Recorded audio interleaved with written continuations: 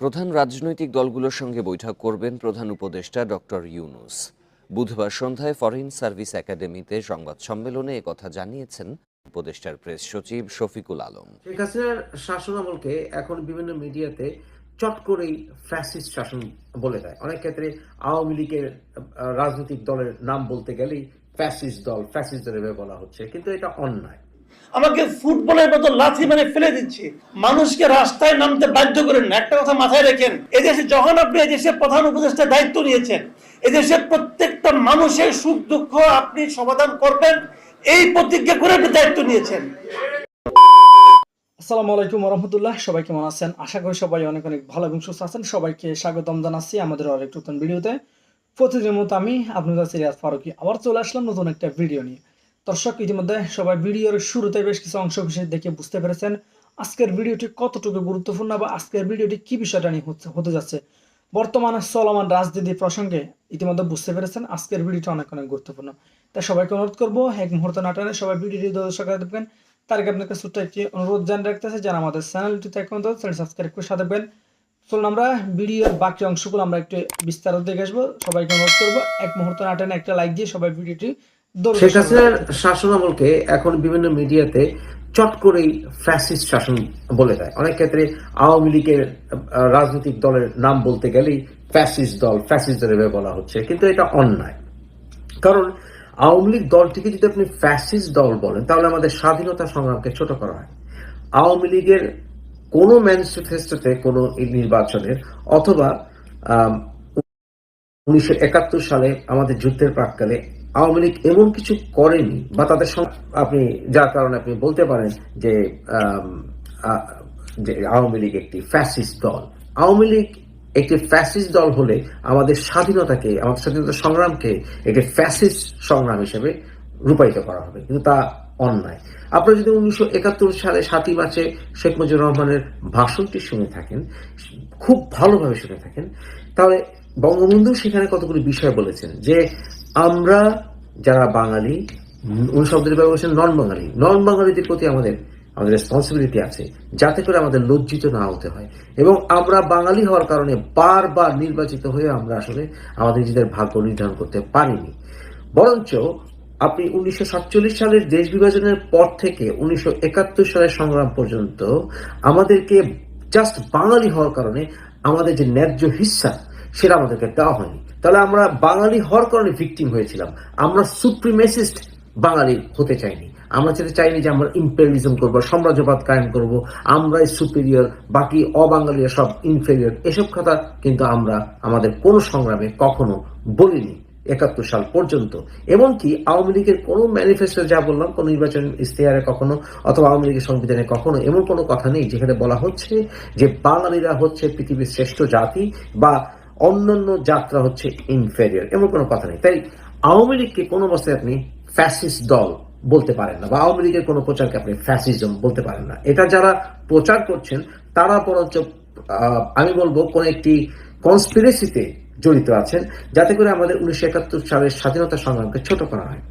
অপরদিকে পাকিস্তানিরা, পশ্চিম পাকিস্তানিরা যা করেছিল যে তারা ধর্মকে রাজনৈতিক হাতিয়ার হিসেবে ব্যবহার করেছিল।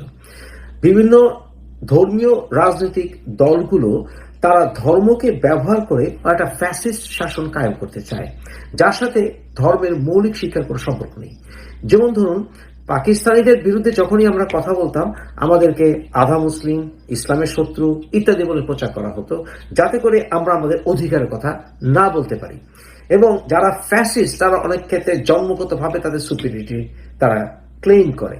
এবং অনেক ক্ষেত্রে এই পলিটিক্যাল ধর্মীয় মুভমেন্টগুলো, তারা ধরুন হিন্দু ধর্মে জন্ম হয়ে থাকলে বা মুসলিম ধর্মে জন্মগ্রহণ করে থাকলে তার জন্মগতভাবে তারা হিন্দু, জন্মগতভাবে তারা মুসলিম, এভাবে তারা সুপিরিয়রিটি ক্লেইম করে। কিন্তু যা বললাম যে কোর ধর্মের সাথে আসলে যৌক্তিক কোনো কানেকশন আপনি খুঁজে পাবেন না, কারণ এরা যুক্তিতে বিশ্বাস করে না। আওয়ামী লীগ কি যুক্তিতে বিশ্বাস করে না? আওয়ামী লীগ কি যুক্তি আলোচনা বিশ্বাস করে না? আপনি বলতে পারেন বিভিন্নভাবে মিডিয়াকে কন্ট্রোল করেছে আওয়ামী লীগ। তারা অনেক ক্ষেত্রে মানুষের ওপিনিয়নকে ম্যানিপুলেট করেছে, অটোক্র্যাটিক রেজিম দায়ী করে। কিন্তু সেটা তো শেখ হাসিনা কায়েম করেছিল তার দোসরদেরকে নিয়ে, তার কিছু লিডারদেরকে নিয়ে। আপনি পুরো আওয়ামী লীগের আইডিওলজিকে আপনি ফ্যাসিস্ট তার জন্য বলতে পারেন না। মানুষ বলছে যে আমাকে গরু ছাগলের মতো ব্যবহার করছে, আমাকে ফুটবলের মতো লাথি মানে ফেলে দিচ্ছে, মানুষকে রাস্তায় নামতে বাধ্য করেন না। একটা কথা মাথায় রাখেন, এদেশে যখন আপনি এদেশের প্রধান উপদেষ্টা দায়িত্ব নিয়েছেন, এদেশের প্রত্যেকটা মানুষের সুখ দুঃখ আপনি সমাধান করবেন, এই প্রতিজ্ঞা করে আপনি দায়িত্ব নিয়েছেন। সেই দায়িত্ব আপনি পালন করতে পারছেন না, এটা আপনাকে মানতে হবে। আপনি ওখানে বসে থাকবেন আর বলবেন কি আমাকে আপনারা তোমরা সমালোচনা করো, আর আমি কোনো ব্যবস্থা নেব না। তাহলে কেন রে ভাই? আমি কি পাথরের কাছে যে পর্বতের কাছে যে কান্নাকাটি করব? সেটা তো আমরা চাই না। সেই পর্বত যে নাকি অত উঁচু থেকেও মানুষকে দেখতে পারে। আপনি অনেক বড় মানুষ, কোনো সন্দেহ নাই। একটা মানুষ তখনই বড় হয় যখন সে ছোটদের সামান্য ব্যথাকে অনুভব করতে পারে। আপনি কি পারছেন যে ব্যথা অনুভব করতে পারছেন? এটা কিছু হলো যে আমি ওখানে চাকরি করব, আমার কোনো এমপ্লয়ার নাই। আমি এতক্ষণ বসে বসে এখানে শুনলাম আসলে যে আউটসোর্সিং যারা কাজ করেন আউটসোর্সিং এর মাধ্যমে তাদের যে কি মানবেতর জীবনযাপন, কি দুর্দশা। এবং শুনলাম বাবা, আমার কাছে আসলে বিশ্বাস করেন, আমার কাছে অবিশ্বাস্য মনে হচ্ছিল যে একটা স্বাধীন একটা সভ্য দেশে এই ধরনের একটা নিয়ম কিভাবে এতদিন ধরে চালু আছে, এটা আমি ঠিক বুঝতেই পারছিলাম না। আমরা ছোটবেলায় দেখতাম যে বাজারে না ওই যে ছাগলের ব্যাপারী থাকে, এরা ছাগলের ব্যাপারী, গরুর ব্যাপারী, মুরগির ব্যাপারী, এরা একসঙ্গে এগুলি কিনে বিয়ে বাড়িতে সাপ্লাই দেয়। এখন আমার কাছে মনে হচ্ছে এই দেশে এখন মানুষের ব্যাপারী আছে, এরা মানুষদেরকে জড়ো করে বলে তোমার মানুষ লাগবে, আমি তোমাকে মানুষ সাপ্লাই দেব। ওই ব্যাপারীদের কাছে কিন্তু ওই ছাগল, গরু অথবা মুরগির কোনো স্বাধীনতা নাই। কোনো মুরগি কি বলতে পারবে ওই বাড়িতে আমাকে জব করতে নেওয়া যাবে না? বলতে পারবে? পারবে না। আপনারা পারবেন না। এইটা কোনো কথা হইতে পারে কিনা, এটা আমার আসলে বুঝের মধ্যে খেলতেছিল না। আমি উপলব্ধি করতে পারছিলাম না এটা কিভাবে একটা সভ্য দেশে এই ধরনের একটা বর্বর অসভ্য নিয়ম চলতে পারে। এটা আমার উপলব্ধিতে থাকে না। যারা এই ধরনের নিয়ম করে থাকেন অথবা করেছেন তাদের মতো ঘৃণিত ওরা আসলে মানুষই না, ওরা মানুষের পর্যায়ে পড়ে না। আমি মনে করি এই লোকগুলি কিভাবে এই মানুষের বাণিজ্য করতে পারে, মানুষকে নিয়ে বাণিজ্য করতে পারে, এই জিনিসটা আমার কাছে ক্লিয়ার না। আজকে দেখেন একটা 5 তারিখে 5ই আগস্ট একটা সরকারের পতন হয়েছে। এই সরকারের পতনের আন্দোলনে সবাই ছিলেন, আমি মনে করি আপনারা সবাই ছিলেন, আমরা সবাই ছিলাম। আমরা কি একটা সরকার পতন করে আরেকটা সরকার আনার জন্য আন্দোলন করেছিলাম? না, আমরা আন্দোলন করেছিলাম একটা অপব্যবস্থার অবসান ঘটিয়ে একটা নতুন একটা মানবিক ব্যবস্থা চালু করার জন্য। আপনাদের এই আন্দোলন আমি দেখছি, আমি কাগজপত্রগুলি দেখলাম, আপনারা তো অগাস্ট মাসে শুরু করেছেন। তার মানে কি আন্দোলন না? ঠিক অগাস্ট মাসে আপনারা নতুন এই সরকারকে জানান দিয়েছেন যে আপনারা জানুন আমরা কোথায় আছি। এবং আমি তারপরে দেখলাম একবার প্রধান উপদেষ্টা বললেন যে আপনারা সবাই রাস্তায় নেমেন না, আন্দোলন করেন না, আমাদেরকে কাজ করতে দেন, আপনাদের যে দাবি দেওয়া আছে সেগুলো আমাদেরকে জানান। আমি দেখলাম আপনারা এর মধ্যে 3 বার জানিয়েছেন। আমার প্রশ্ন হলো যে আপনার কথা মতো আমরা জানালাম, জানার পর আপনি কি করেছেন? 3 বার আপনার অফিস এটাকে গ্রহণ করেছে, রিসিভ করেছে, রিসিভ করার পর আপনি কি করলেন? আপনি কিছুই করেননি।